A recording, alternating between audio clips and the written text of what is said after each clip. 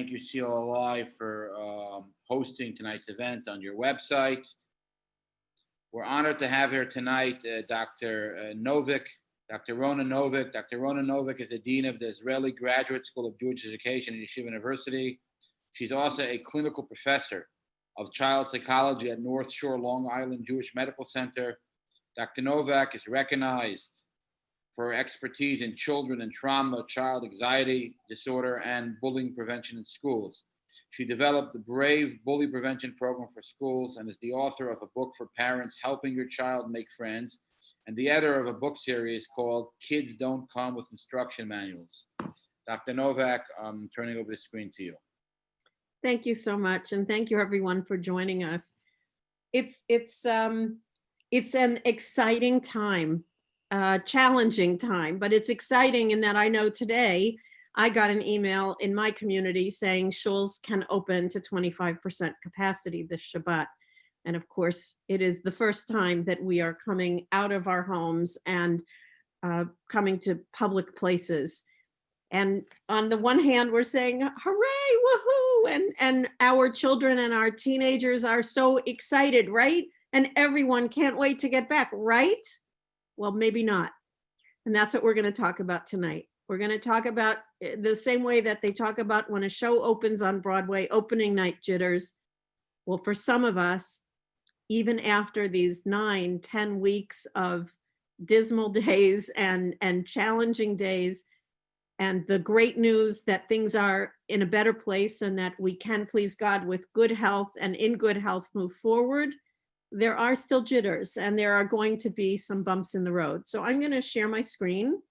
Give me one moment to get that started and share some thoughts with you. For those of you who are participating, if you have a question, if you want to type something in the chat room, I will try to take a look at that. And in the Q&A button, you have an option to type some questions. I will try to respond as best as I can. But let's talk about, particularly I want to focus in our limited time together tonight on the social aspects of this transition.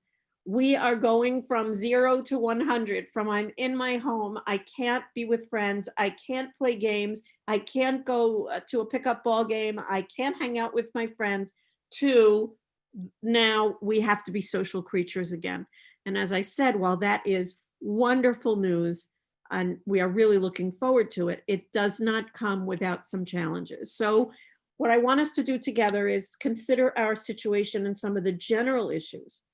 Then consider some of the general support strategies that we can have for our children and our teens and even our grandchildren as they go through this. For those of you who are also educators, maybe strategies to use in your classrooms.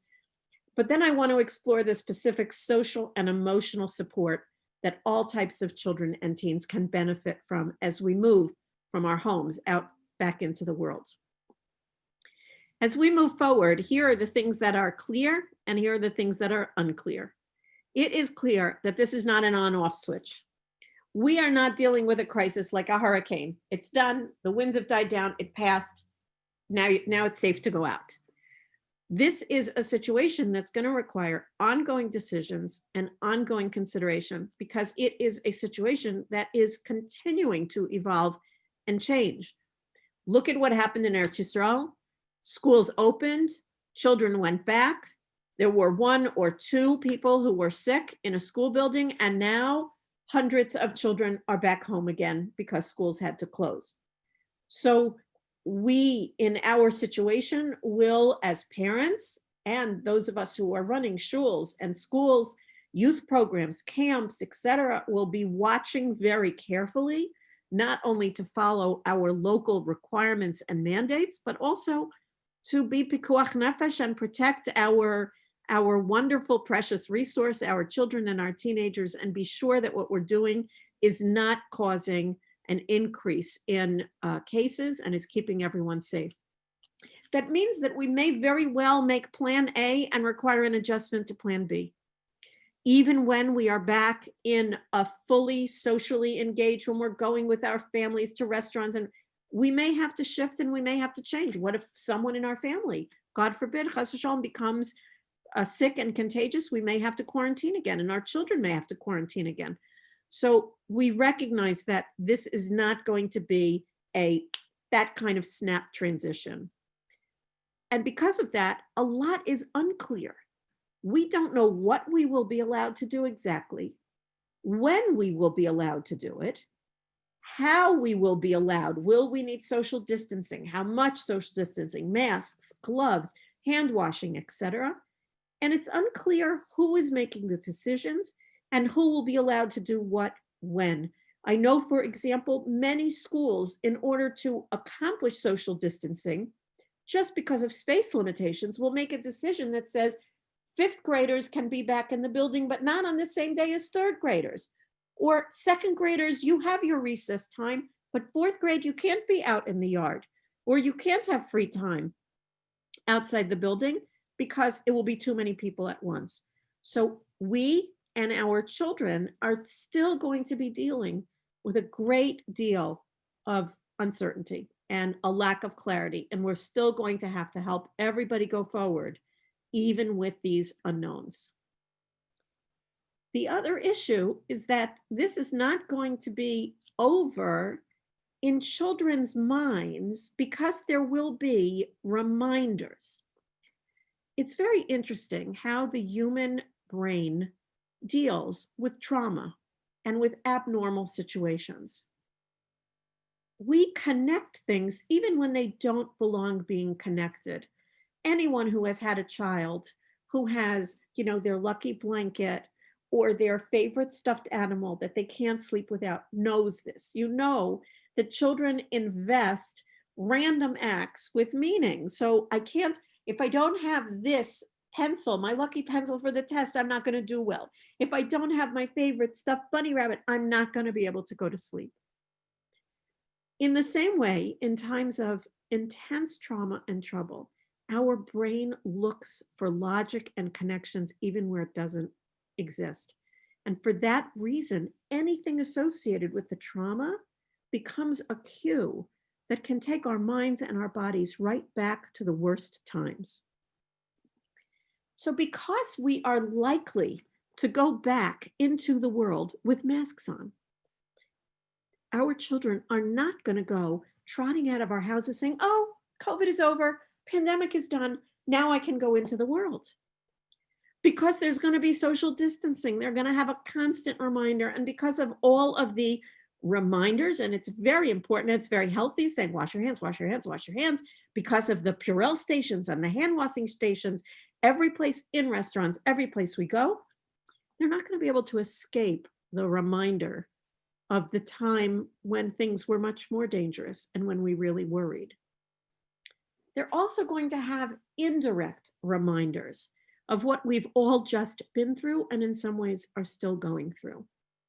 There may be classmates and teachers who are not returning to school and other social settings for their own safety and for their own health. They may have health issues, there may be financial issues, they may see and know, and they've been insulated from it by being in their own homes, but now that they're out and about, they're going to have to be reminded and recognize that there's someone who, God forbid, again, lo aleinu, we should know from it, there's someone who lost their grandparent.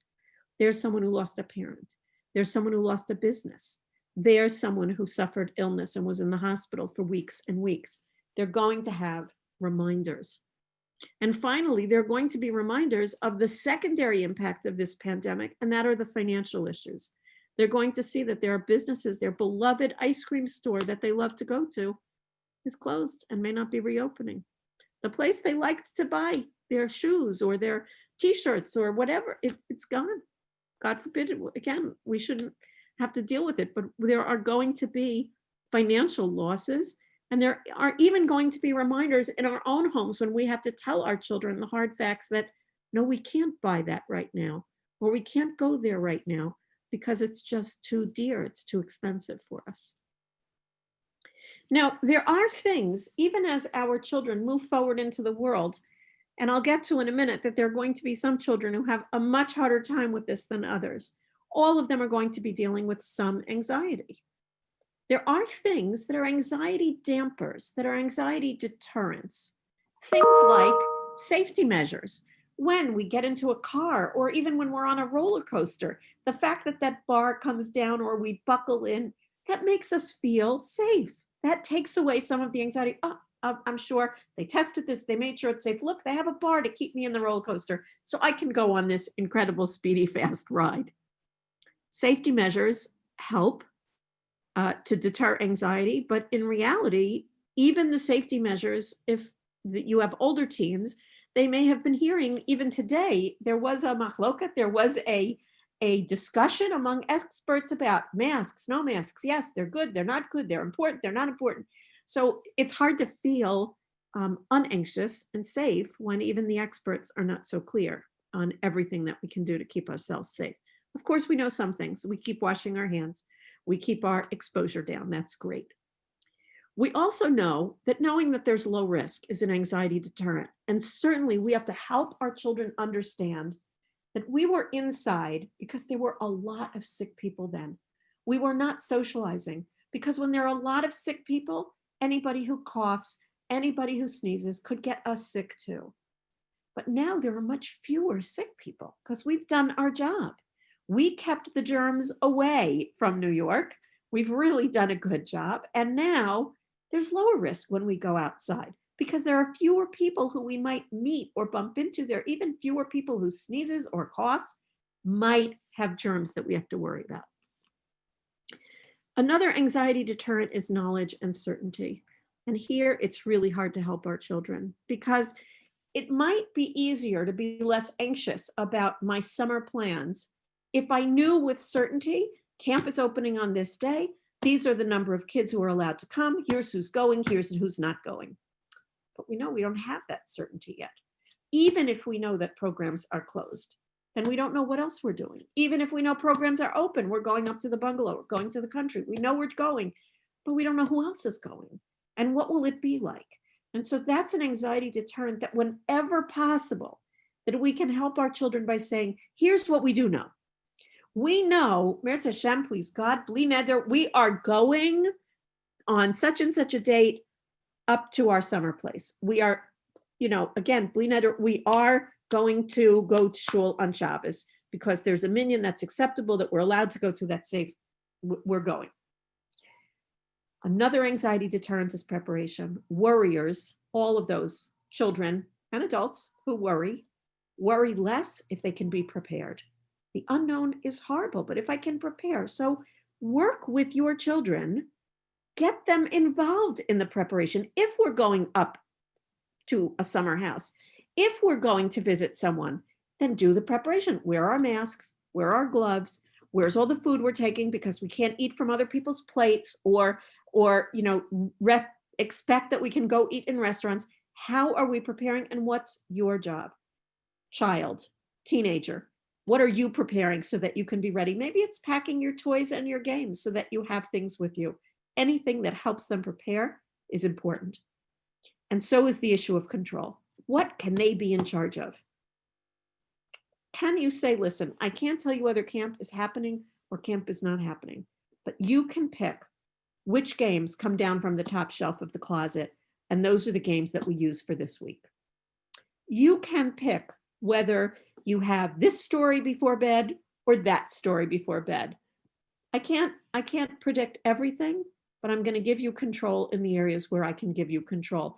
One family I know realized that with food issues and not being able to eat out or readily access or predict what foods were available, they made up a weekly menu, knowing that there could be pasta and there could be burgers and there could be chicken and there could be, and what they gave the children control over was what happens on what day. And children felt amazing. They felt like, I'm the one who picked pasta for tonight. Well, there was always going to be the same 5 choices all the 5 days of the week, Sunday through Thursday night. But the child felt like they had control because they made Tuesday night the pasta night. Now, here's what I was talking about before. We have to recognize that God bless them, and everyone who has more than one child knows, even in the nursery, within a day of their birth, you know that Hashem gave us such unique characteristics that every child is different.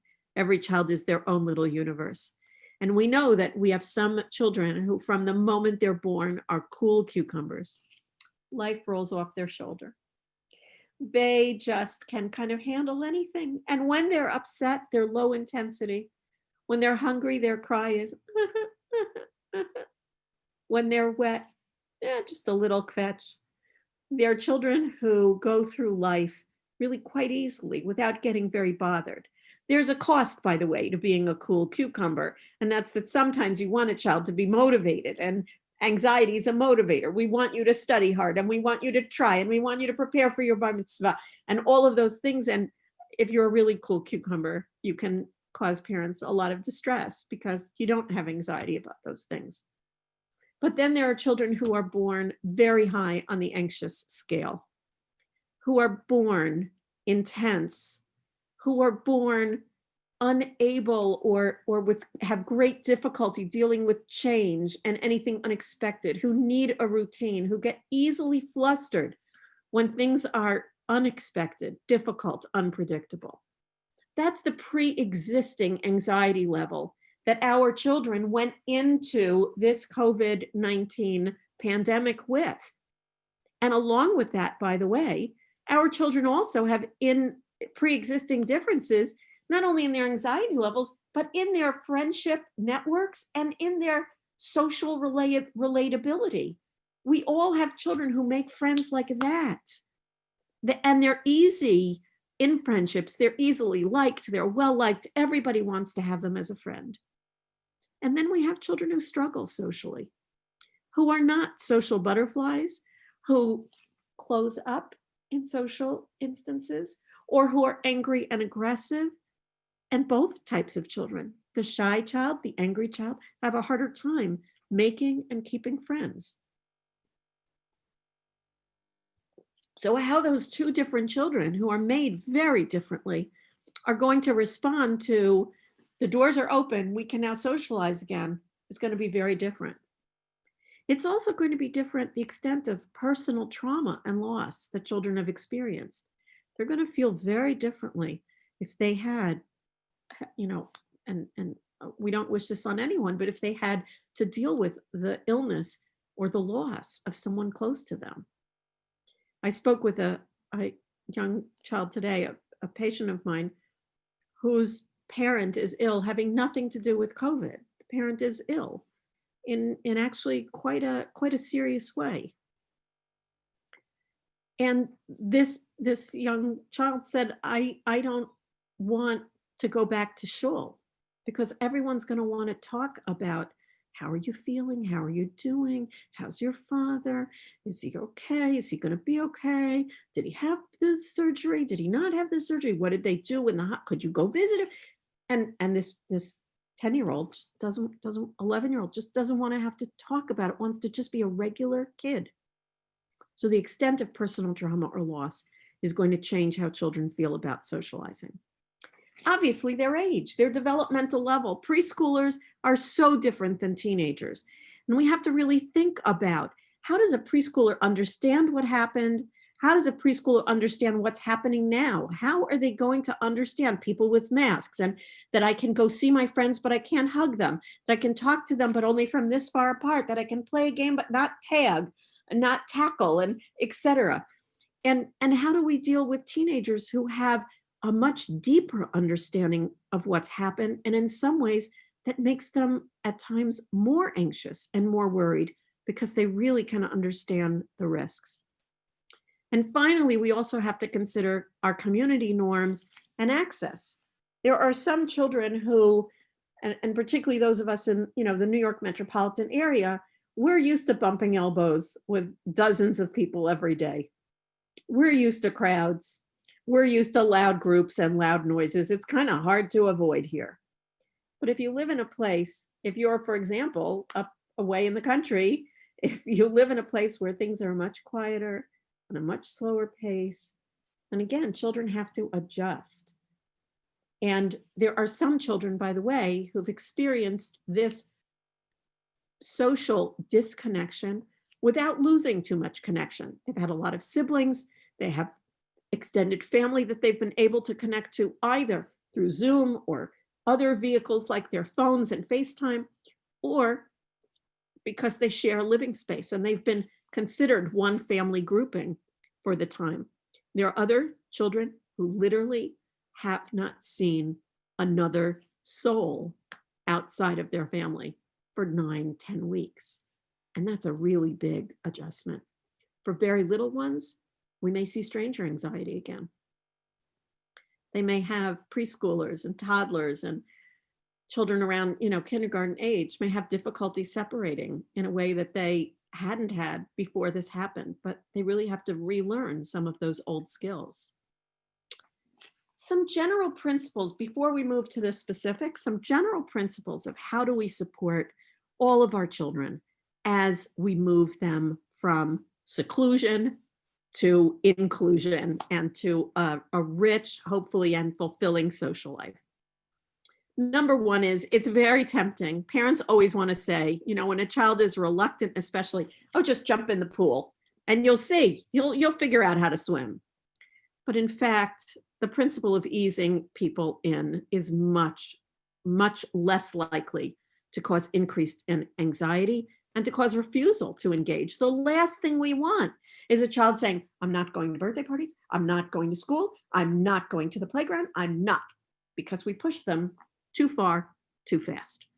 So think about talking with your child, whether they're 2 or whether they're 12 or whether they're 18, about what they feel comfortable doing and what are the steps that they can take that will ease themselves in and get them used to it. We also, as parents, and we have to help our children manage and lower our expectations. We can't think that, oh, I'm going to get together with my 3 girlfriends. I'm a 14-year-old girl, and it's going to be like nothing happened. It's going to be perfect. We'll pick up exactly where we left off. Well, guess what? Might be a little awkward. There may be some strained silences. You may get bored. You may not know what to do. We have to help our children prepare for the fact that things are going to be a bit different and may not go back exactly to normal. And that's okay. That's normal. That's to be expected. It doesn't mean it will never go back. Just give it time. But we also have to lower our expectations of our children. If they seem more tentative, if they seem more reluctant, if they engage socially, but their social behavior is not what it used to be. They're missing some pleases and thank yous. They're a little bit agitated or aggressive. They're not so great about sharing. If they're adolescents, they're being more irritable. Well, we have to, again, recognize that none of us may be our best selves right now. We are coming, I don't even want to say, I don't want to give a kind of hard, I don't want to say we're coming out of a trauma. We're still dealing with it. We're just at a better place than we were 10 weeks ago because of the hard work that we've done. We hope, we daven and we hope. One of probably the most important things we can do for our children and with our children now is to listen. And sometimes we have to listen, not just with our ears, but with our eyes. We have to really observe for all the signs that our children are sending us, that they're ready, that they're anxious, that they're not ready, that they're ready and they're anxious, that they need our help, that they want some guidance, that whereas we used to be able to say to our 10-year-old, oh, you're going to go play with Yessi, great, have a great time, we'll see you in 6 hours. We may now have to say, oh, you're going to get together with Yessi, you guys are going to, what do you have planned? Well, why don't you, do that for the first hour, then come for snack, and then maybe we'll go walk to the park, and then maybe you may have to do some of the social orchestration in a way that you hadn't done before. When you're listening, and particularly when you hear from your child or your adolescent, I don't want to, I can't, don't make me, I'm not going to. Whenever possible, validate, say, I hear you. I hear that you don't want to do that. And then move to alternatives. Well, what would you feel comfortable doing? Well, how could you have time with Yessi that would be fun? No, you can't do this, you can't do that, and I know you're upset about that, but what could we do that would be fun? And we're going to get to this later tonight, but provide and teach coping strategies. We have to sometimes directly teach our children, how am I going to cope with the disappointment of what I can't have? How am I going to cope with my anxiety about what I can have, that I'm nervous when I'm with my friends? How am I going to deal with all of this? Some basic adjustments that we have to recognize that our children are making.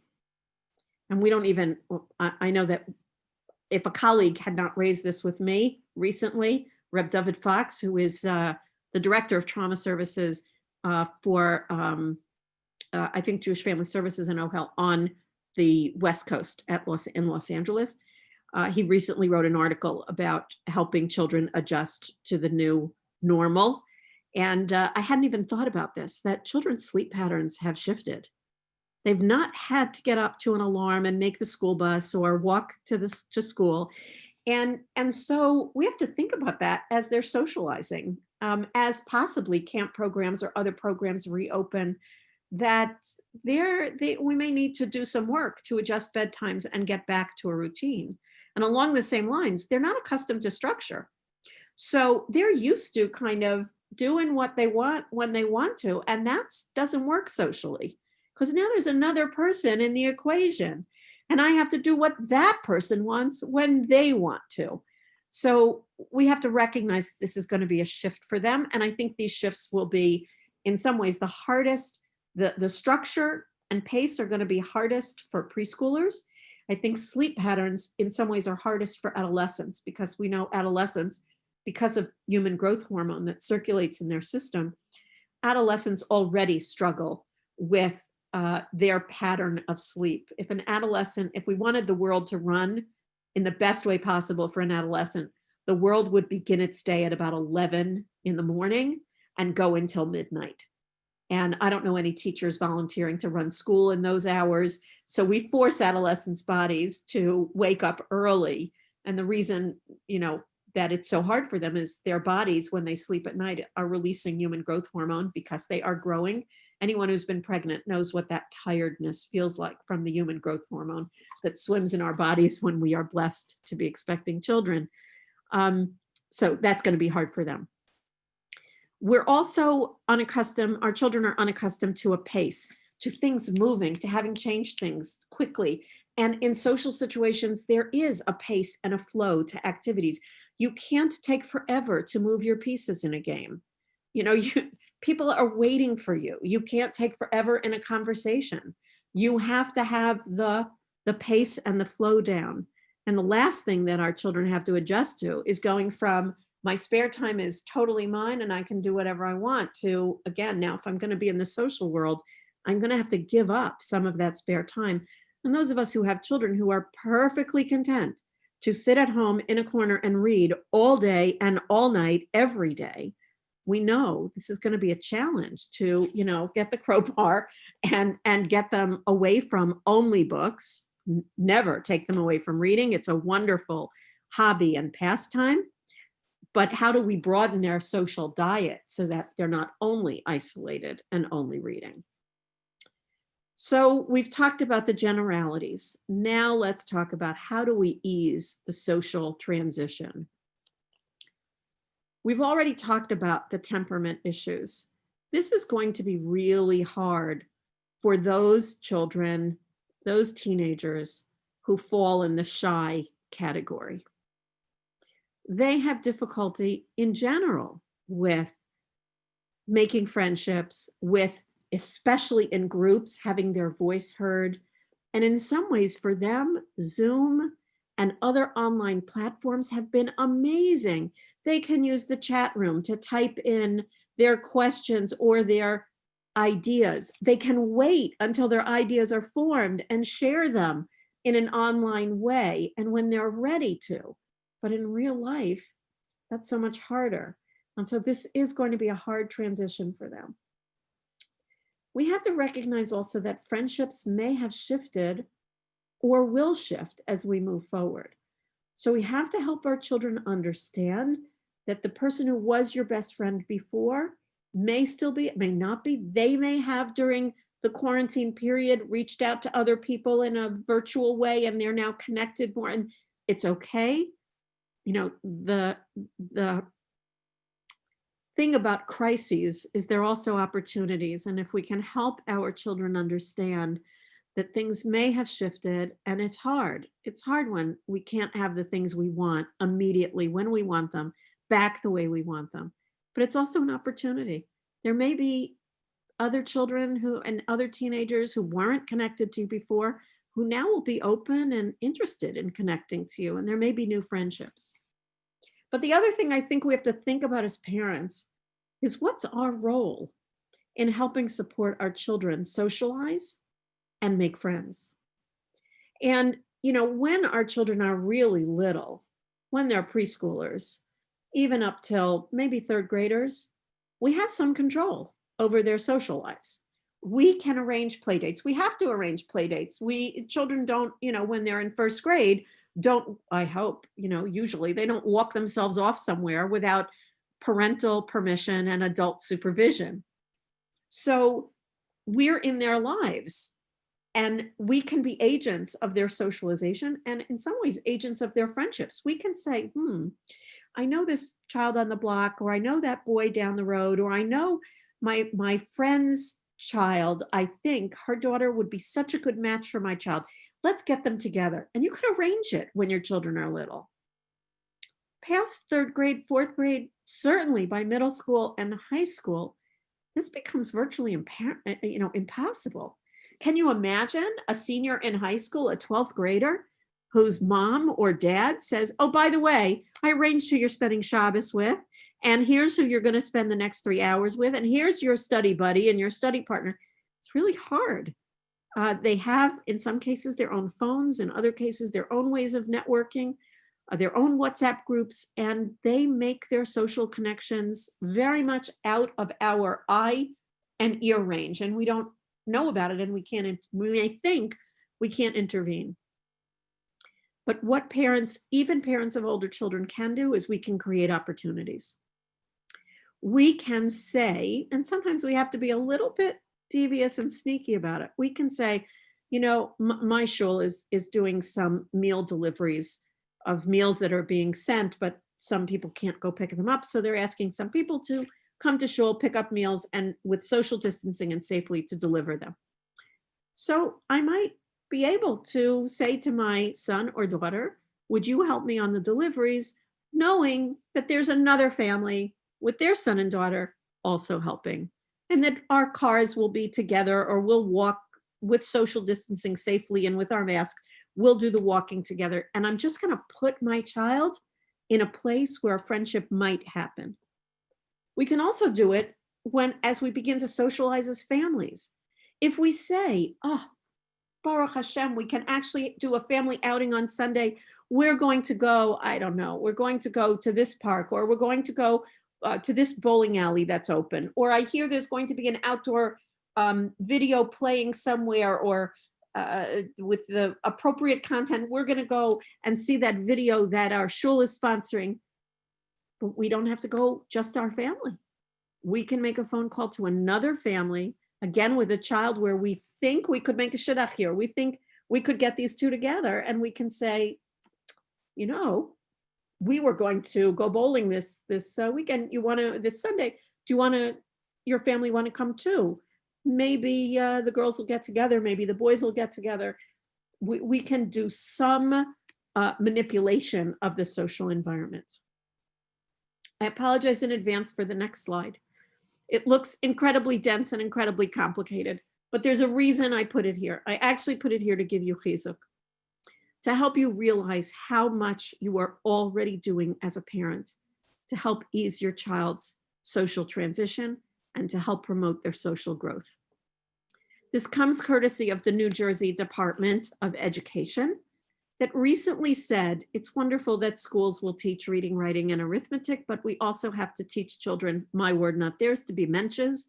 We have to teach them the social skills that will allow them to develop in this world and to be successful, whether it's successful in their academic work, successful in their friendships, and even successful in their careers. And they've identified these areas of competency and sub-competencies. The yellow are the big areas, and the white words are the small areas that they have identified that all students need to master, all children and teenagers need to master to be successful in the world. And New Jersey's not alone. Many districts, many psychologists, many experts in the field have identified very similar charts. And the reason I bring this to your attention is that I believe all of us as parents, we are constantly building these skills in our children, not realizing that we're building their social muscles. We are building their self-awareness. When we sit with little ones and we read Cat in the Hat and we say, how do you think that cat is feeling right now? And look at the goldfish in the bowl. How do you think that goldfish is feeling? We're building self-awareness. We're asking them to recognize the feelings and thoughts of other people. The feeling and thought, did you ever feel the way that fish felt in that bowl? Can you make that kind of a face? When we do that, we're building self-awareness. And we also build self-management. We help students recognize, think about the last item in that column on self-management, identify and apply ways to persevere or overcome barriers through alternative methods to achieve one's goals. What parent has not said to a child, try it again, sweetheart. I know you can do it. You know what, it didn't work that way. How about we try it this way? One of my favorite stories about perseverance, one of my sons is not particularly athletic. And I live in a community where you have to ride a bike. Everyone rides a bike. It's how you socialize. You get together, you ride bikes. So I knew he had to learn to ride a bike, and we took off the training wheels. He went on the bike once, fell off, threw the bike and said, that's it, I'm not riding, I'm never going on it again. Bikes are stupid. He was one of those children, doesn't like making mistakes. At that moment, I had a moment of inspiration and I said, oh, honey, I'm so sorry. I forgot to tell you. And I put on my psychologist hat and I talked in a very advanced and scientific way. I said, you know, the proprioceptive centers of your brain have to have you fall a lot in order for the balance centers to begin to take mastery in your frontal and in your parietal regions of the brain. So I forgot to tell you, but the falling is a good thing. You need to fall. In fact, from here to the corner, I need you to ride, get on the bike again, and I need you to fall 7 times between here and there. And he looked at me like I was crazy. And I said, no, really, the proprioceptive centers and the frontal cortex and the motor strip need to communicate balance. And the only way you're going to learn to balance is by falling. He said, 7 times? So, well, okay, maybe 3, but at least 3. If you don't do 3 times, you're never going to learn to ride a bike, because that, you know, that proprioceptive understanding is not going to happen. And sure enough, he became a bike rider that day. He fell 3 times and 3 times more and 4 times more. But basically, I identified that errors, mistakes, failures are part of learning, and we try another way. The other ones here on this slide are hopefully quite apparent. How we help with social awareness, how we help our children make responsible decisions, and how we work on relationship skills. And I'll delve into more of these deeply. But again, I wanted to give you chizuk. I wanted you to realize you don't have to be a sophisticated educator. You don't have to think about, oh my gosh, what do I have to add to my parenting plate? This is good parenting. This is what you are doing from, you know, the minute they become social creatures. That's what you're doing. Okay. So how specifically do we help them deal with the emotions that may get in the way of them being socially successful? We have to think about the role that social anxiety plays. That all of us have had this experience. We have to go to a particular social function. Maybe we have to speak publicly. Maybe we have to go meet someone who is we know is angry at us, or we've done something wrong and we have to apologize. We're in a social situation and we feel nervous about it. What's the first thing we want to do when we're nervous, when we're anxious? We want to avoid it. Anxiety breeds avoidance. And so if our children are socially anxious, if they're nervous, then they're going to say, I'm not going, I don't want to go. And they might, by the way, may not tell us they're nervous. They'll just say, that party's dumb, I don't want to go. Oh, that activity, that's stupid. I don't like bowling. I'm not going. They may hide their anxiety, not admit it, but it will be anxiety that's in the way all the same. We can help them by giving slow exposure with support, saying, well, you know what? You're right. It's probably dumb. Why don't we just go over and check it out? We're not staying. I can't stay. I have a meeting right after. I have an appointment right after. I have to do shopping right after, but let's just go. We'll check it out, but we're not staying. That's slow exposure that helps manage the anxiety. Providing success experiences. Every time we check something off the list and say, I really was afraid to apologize, but I did, and it wasn't so bad. It helps us do it the next time. So give success experiences. How do we do that? We do that by starting small. I can't give you a successful play date experience if I'm going to drop you off Shabbos morning and pick you up in this time of year when Shabbos ends at 9:30 at night and pick you up 9-10 hours later. But maybe I can give you a success experience if I give you a protracted play date. And I know it's with a child you usually get along with. And I've brought a new game or a toy that I know that you can safely share with social distancing. And I've put all of the pieces in place for this to be successful. I also think that it's so important that we think about what can we normalize? Can we tell our children, and we should, we can, and we should say, it's normal to be nervous the first day that you're getting back together with friends. It's normal to be nervous when you have to apologize to someone. I get nervous too. We don't have to be perfect role models. And when can we reassure? When can we say, I know it's scary, but I also know that these are your good friends and that they won't laugh at you. They won't make fun of you. Of course, we can't reassure what we can't promise. And so in delicate situations, we have to be careful. And the reassurance may be, I can't promise what the other people are going to do, but I can promise you this. I'll be really proud of you, however it goes and whatever you do. And I'll be here to listen when you tell me about it. And we'll figure out what to do next time if it doesn't go exactly the way you want it. That's reassuring too. We can think about two kinds of support that we can give children. One is what I would call universal support. This is support that doesn't hurt anybody and helps everyone. That's why it's universal. It's good for everyone. And then there are some children who really have significant struggles, and they're going to need something more than that. So universal are things like, well, we can teach children stress management. There are endless approaches to teaching children everything from relaxation, breathing techniques, mindfulness, 3 techniques that have been found to be extremely helpful in combating anxiety and extremely helpful in dealing with social anxiety. They're very teachable. They're very learnable. There are books and videos and websites that can give you lots of information on how you can do that with your children.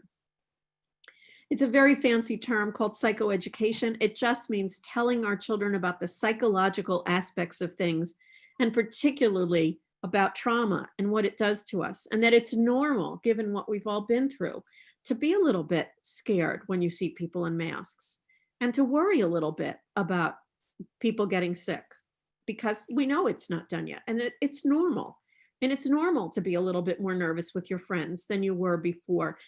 One of the things that happens in times of trauma and crisis is that children who are having serious concerns, really feeling the trauma very deeply, and it's impacting them in significant ways, they're worried that they're going crazy. They think there's something wrong with them when they're not sleeping at night, or when they're having nightmares, or when their appetite's impacted, or when they're more worried than everyone else. But in fact, it's normal. That's a normal response to trauma. And it's very reassuring to hear you're not alone. Other people feel like that. We also can use what we know from positive psychology about resilience, that it doesn't come overnight, but that the human beings are remarkably strong and resilient, and we can bounce back. It takes some of us longer than others, but we have to think about what fuels us, what gives us strength, and build up our strong muscles to deal with the days ahead. So for some children, what builds up their strength may be reading inspirational stories or reading. It may be listening to music. It may be learning a new skill. It may be talking to people. But we have to find whatever it is for our children that makes them stronger and ready to move forward. And for those children who need more, it really does take listening to figure out what it is they need and what it is that would help. And also to make the decision, does my child need something more than I can give? Do they need some expert guidance? Do they need some expert support? I say all the time as a child clinical psychologist, I live for the day when we will give mental checkups as readily as we give dental checkups, when we will recognize that children's mental health and giving them the tools and the support of professionals who understand child development and can help children grow and develop in healthy ways. In other words, child psychologists, social workers, educators, that sending children to receive services from those people will be no more of a stigma, will be no indication of anything worse than sending children to the dentist to check that they don't have cavities and to be sure if they do, that we fill them and fix them appropriately so they can have healthy oral health. Let's give them healthy mental health as well. Let's deal with the whole head. Okay, that's my soapbox. You may wonder, why do I have a picture of a BLT sandwich here? This is my kosher version. I call it the VLT. It's value, live, and teach. And this is really the key to what we need to do to help our children move forward socially. Let me take each one of those separately. What do I mean by value? And this is a little bit of a challenge because usually when I talk about this and I talk about having our children understand that we value their social abilities, that we value them as socially responsive and responsible citizens of the world, I can cite examples of how we communicate that in our home. How do we communicate in general in our home that we value something? We communicate because we ask about it at the Shabbat table. We communicate it because it's posted on our refrigerator door. We communicate it because when our children come home off the school bus or walking down the block, we ask a question. And that all of that communicates, this is important to us. Now, unfortunately, many of us, the first question we ask when our children get off the school bus, I was guilty of this, is what's your homework? As a working parent, I needed to know, what's on the agenda for tonight? Everybody has homework. Who needs what? Who needs something, a school supply that I need to get that I don't have in the house? I need to be organized. But what I communicated by doing that was that I value your academic prowess. And when I first thought about this and heard about this from a self-esteem guru who asked, what do you ask your children when they come home from school?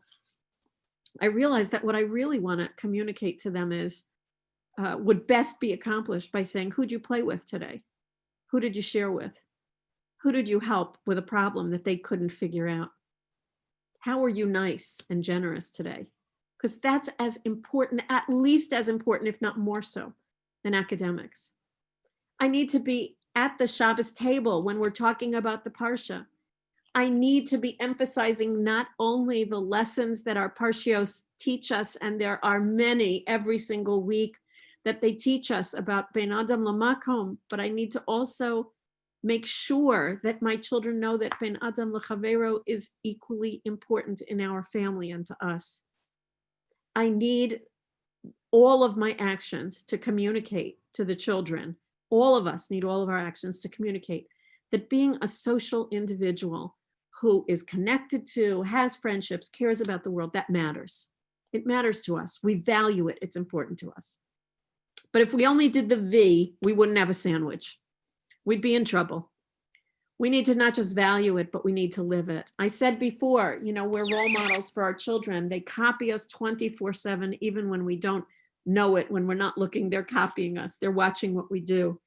And woe to us if we say through our words, we value social connections, we value how we treat others, and then we live in a way that says, I gewalt, the world is open, now I'm going to have to go to Simchas. Now I'm going to lose all those Sundays again. I kind of liked having my Sundays to myself. How can that possibly communicate? I value social, but I don't live that. If we're going to communicate that we live the value of we believe in social connections, we believe in friendships, then our children have to see us reaching out to friends, us staying in touch with friends, us calling not just the most popular people in our community, but calling all people and having our homes and our lives, again, please, b'mei Rabbi Yameinu, open to everyone, that everyone is welcome and that we really want to be hosts to everyone. So we value and we live, but we also need to directly teach. Our children will not pick this up, not all of it, by osmosis. Some children will. Some children are so acutely sensitive that they watch how you talk. I actually just saw a video of, God bless her, my granddaughter at 5. There's a new baby in the house. And there's a video of her talking to the baby. It's just, your heart melts, and making the baby smile and coo. And I'm telling you, she's exactly her mother as she's doing it. I hear her mother's voice. I hear my daughter-in-law's voice. She is such a beautiful model of what caring and nurturing is, that my granddaughter is now mimicking it to a T. So they will copy us, and we need to, therefore, know that they're watching us, even when we don't think they are. And so when we are driving in the car, when we are on the phone, having what we think is a private conversation, we need to be Shmiras HaLashon. We need, and not just our Lashon, but our tone, the way we're relating to people. We need, when we go into stores, again, to say thank you to the people who are the proprietors. We need to appreciate our waiters and waitresses. That is showing our children, and then we need to teach them. We need to say, what do you say when someone brings you your food at a restaurant? What do you say when a friend says, could I have a turn? We need to teach these lessons directly. And we need to realize, by the way, that some children will need to hear a lesson once and never be reminded again. And others will need to be prompted over and over again. So before we drop them at a play date, we'll have to say, remember what we learned about sharing? You're going to share, right? Remember what we talked about, that it's a delicate subject to discuss that with your friend. So that topic's off limits unless she brings it up, right? You know, she doesn't want to talk about her parents' situation or the finances. So we're not going to do that. Those are the teachable lessons that all of us as parents can and should be offering, not just now, but always, but especially as we help children transition and they're out of practice. They need reminders about the social niceties of please and thank you, and about how to share, and about how to take turns, and all of those social skills. This is the last slide. And you may wonder, why am I showing you a picture of an airplane when none of us can easily go anywhere? But you know, when you fly, and again, Meretz Hashem, all of us will soon fly. I have family members I'm really missing. You know that whether you fly near or far on American or Continental or El Al, you get the same announcement. If the cabin loses pressure, the cabinet above your head will open and masks will drop. Please affix your mask before you place others, before you help assist others. We parents, we educators, we adults in communities, before we can help our children, as we are helping our children, we also have to engage in self-care. Make sure that you are doing all that you can to keep yourself safe and healthy and emotionally and socially fueled. Reach out and call your friends. Arrange to see family by Zoom or on FaceTime if you can't do it in person. Find the hobbies and the rejuvenating activities that will make you feel better. Use tefillah if you find it helpful. And remember, we're in a marathon, not a sprint. This is not going to move quickly, immediately from where we are to where we need to be. Somebody raised their hand. Somebody had a hand raised, and I'm not seeing it now. Whoever raised your hands, if you could raise it again, because I'm not seeing it to allow you to talk. So I don't know if Yaakov has that ability.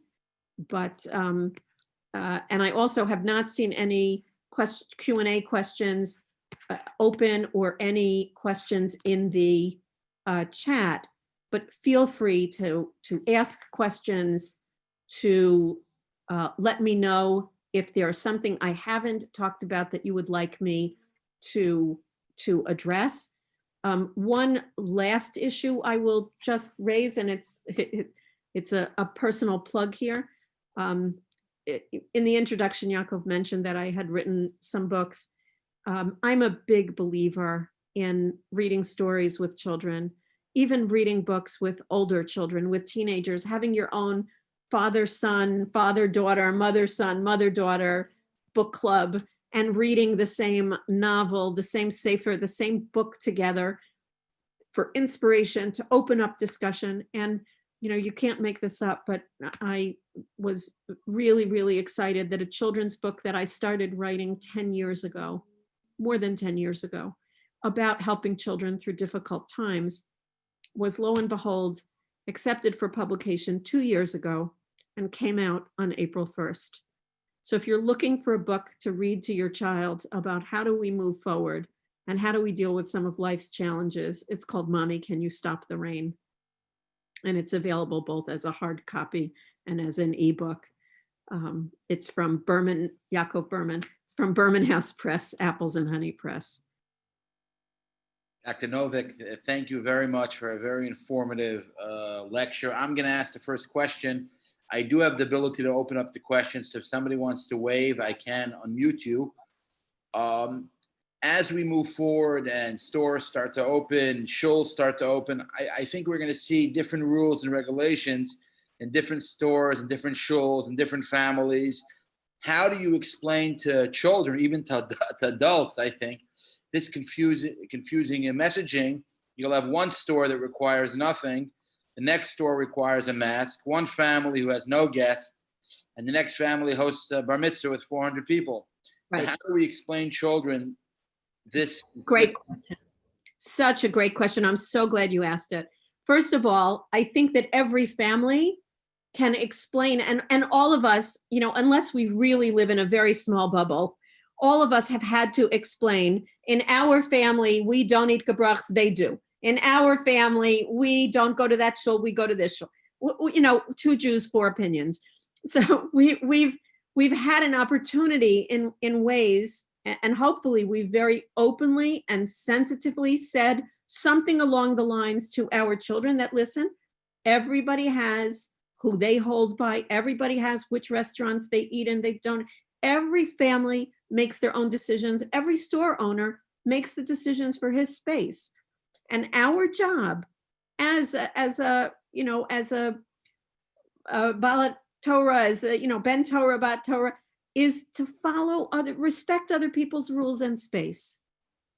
At the same time, I do think every family should be sitting down with their children and saying, these are our rules. Our rules are, we wear masks in public. If we are going into a store, if you're coming with mommy, tati, daddy, abba, ima, whatever you're called, if you're coming with me, you're coming with a mask on. And when we come home, we take our shoes off and we go right to the sink and wash our hands. That's what we do in our family. I know other families may be different, but that's what we do. And that's what we expect other people to do when they come into our home. If you're going to have a play date, the first thing they do, the shoes come off, they wash it. Whatever your rules are, I'm just making those up. The challenge, I think, for all families is to think, what are our rules going to be? Because exactly as Yaakov said, we don't have one central authority, never mind a rabbinic authority. We don't have a medical authority saying, this is what we know. Absolutely, we're absolutely sure. This is what you have to do with children this age, and do it. Just do it. I do think that heaven knows the world has enough dissension. The world has enough tension. If a store owner says, you must wear a mask in this store, then why would we ever take our children into that store without a mask? Why would we ever challenge, again, the sanctity and the respect that people deserve in their place of business and in their place of residence? I think it sends a very poor message to children when there's a sign posted and we ignore it. I think it's a very poor message to children when we argue with posted rules and say, well, that's just, it doesn't hold by me. I think that if we want to raise law-abiding citizens, and we answer to multiple sets of laws, but we want Torah law-abiding citizens, but we also want law-abiding citizens, then we have to obey people's personal laws as well, especially when they don't hurt us. It doesn't, to go into a store with a mask on, it's not, and if somebody says, don't wear masks, no masks required, but your family rule is to wear a mask, it doesn't hurt the person in that store to go in with a mask. So, unless they say no one's allowed, which I did see crazy stories on the news about, some store that wouldn't allow anyone with a mask in. You know what? Me personally, I'd patronize a different store. Allow people what they're comfortable with and respect people's place of business and their home, and help your child by saying very, very clearly what your rules are. And help them, by the way, it's another favorite story of mine. Make the rules before you need them. Don't wait until the invitations start coming to then decide we're not going to that 400-person bar mitzvah because we don't feel it's safe. And our Rebbe or our community doesn't feel it's safe. If someone's doing it, look, however they hold, that's their decision, but we're not doing it. We're not going. The time to do that is not when your child is holding the invitation that says there'll be clowns, there'll be prizes, there's a carnival, there's rides. That's not the time to say we're not going. The time to set the policies and to say this is our family's practice is before the invitation comes. The time to sit down with our children is now, and to tell them, listen, I'm not saying this is the rule forever, but for right now, this is our family's rule. Things are going to be changing. Mommy, daddy, again, tati, abba, we're watching it carefully. But for now, these are the rules that we are following in our family. We are not going to large gatherings, or we are okay, or only these people are going. We have to specify. I hope that answered your question. It did. Thank you so much for this important and informative presentation. Before we end the night, first of all, those that tuned on in the middle of the presentation could still watch. It's going to be on CLL. You can still watch it. Where can we buy your book? You told us about the book. You didn't tell us. Is it available on Amazon? Yes, it is. It is. I don't like to do ads, but here it is. I'm very excited. It's available on Amazon. Yes. All right. Thank you so much, and we look forward to you coming soon in person and presenting next year in person, in a crowd of 500. Hopefully that will be okay. I would love to. And by the way, if nursery schools want a reading, I'm happy to do readings for nursery schools. All right, we'll pass on the message. Thank you all. I'm going to end the meeting. Early childhood person. Thank you all for joining. Well, everybody, stay healthy. Goodbye. Good night.